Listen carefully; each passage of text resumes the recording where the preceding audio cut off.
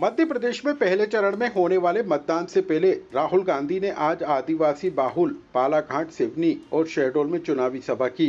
राहुल गांधी ने चुनाव प्रचार में पीएम मोदी, अमित शाह से लेकर आरएसएस को भी निशाने में लिया। राहुल गांधी की मध्य प्रदेश में हुई चुनावी सभा की 10 बड़ी बातों को समझे तो राहुल गांधी ने आदिवासियों को बताया कि कांग्रेस के आदिवासी शब्द और बीजेपी आरएसएस के वनवासी शब्द के क्या मायने हैं।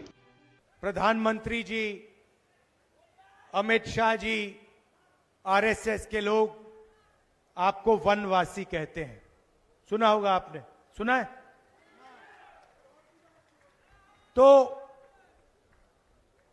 इन शब्दों के पीछे दो अलग अलग विचारधाराएं हैं। आदिवासी शब्द का मतलब वो लोग जो इस देश के, इस जमीन के पहले मालिक थे। मतलब आदिवासी का मतलब अगर आप पहले मालिक थे तो जमीन पर, जल पर, जंगल पर, देश के धन पर आपका हक बनता है। राहुल गांधी ने आदिवासियों को बताया कि देश की सरकार 90 अफसर चलाते हैं, जिनमें सिर्फ एक आदिवासी अफसर है।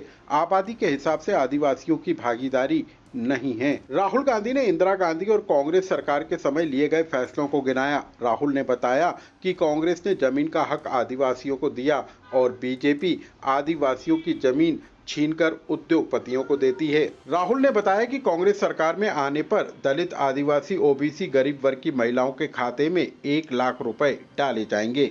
हर एक गरीब परिवार को, उसमें से हम एक महिला को चुनेंगे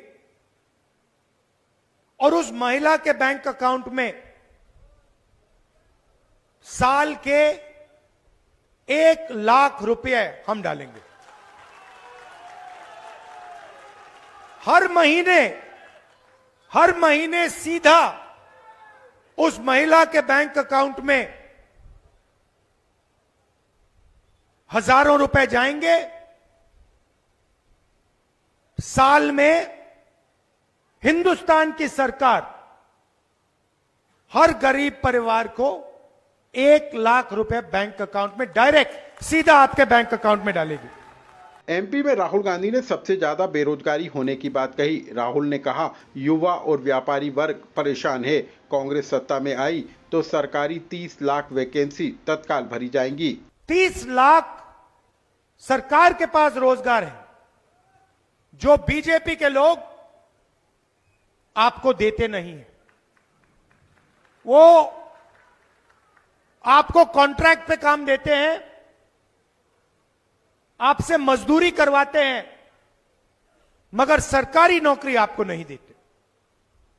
इसीलिए हमारा पहला कदम, जैसे ही हमारी सरकार बनेगी, ये जो 30 लाख सरकारी नौकरियां हैं हम आपके हवाले कर देंगे। राहुल गांधी ने मनरेगा की तरह नए कानून के तहत 1 साल की अप्रेंटिसशिप का अधिकार देने का ऐलान किया। राहुल ने पेपर लीक के खिलाफ कानून बनाने और प्राइवेट कंपनी से पेपर की चेकिंग को बंद कराने का भी ऐलान किया। पेपर लीक के खिलाफ एक कानून, सख्त से सख्त कार्रवाई, और ये जो प्राइवेट कंपनियों से पेपर करवाए जाते हैं, चेकिंग की जाती है,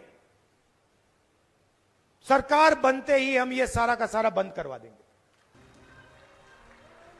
राहुल ने किसानों का कर्जा माफ और न्यूनतम समर्थन मूल्य देने का कानून बनाने का भी ऐलान किया। फसल बीमा योजना में 30 दिन में किसानों को क्लेम की राशि दिलाने का भरोसा दिया। राहुल ने आदिवासियों को बताया कि यदि कांग्रेस सत्ता में आई तो भोपाल या दिल्ली से नहीं बल्कि लोकल एरिया से सरकार चलेगी। SC/ST छात्रों को 2 गुनी छात्रवृत्ति दी जाएगी। राहुल ने कॉन्ट्रैक्ट नौकरियों को बंद करने और परमानेंट भर्ती करने का भी ऐलान किया। राहुल ने 1 साल के अंदर वन अधिकार क्लेम सेटल करने का भी भरोसा दिलाया। लोकमत के लिए भोपाल से अनुराग श्रीवास्तव की रिपोर्ट।